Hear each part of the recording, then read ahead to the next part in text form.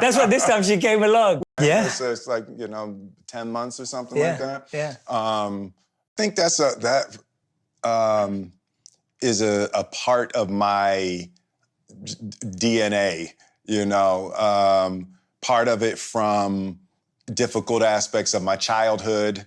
I grew up with violence in my home, so I developed, a really acute emotional sense, out of defense. I just needed to make sure that my father was okay.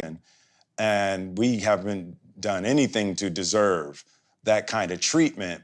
And then as I, grew and as I started to develop that, that heightened sense that started out as defense, as I settled down and, came into a deeper understanding of my power and my desires in the world, it was easier to connect to people in a loving way. It transferred easily from a defense mechanism to an ability to love and care for people. That's amazing, though, that you were able to process it positively. Yeah. I feel like we're living at a time, we've talked about this before, that our childhood experiences form our adult desires. Absolutely. And I feel like now people are starting to hear that in the conversation where they're like, oh yeah, because this happened with my parents. Yeah. Now I feel like this.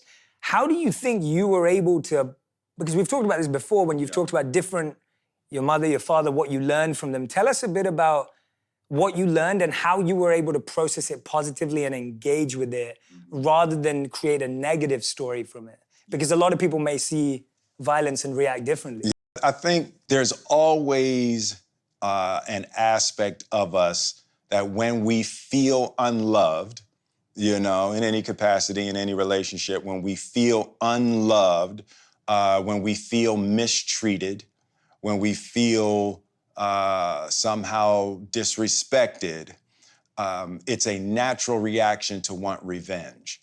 Right, designed. You know what I mean? Yeah. So that is as Radhanath Swami referred to, the perplexing situation that we find ourselves in.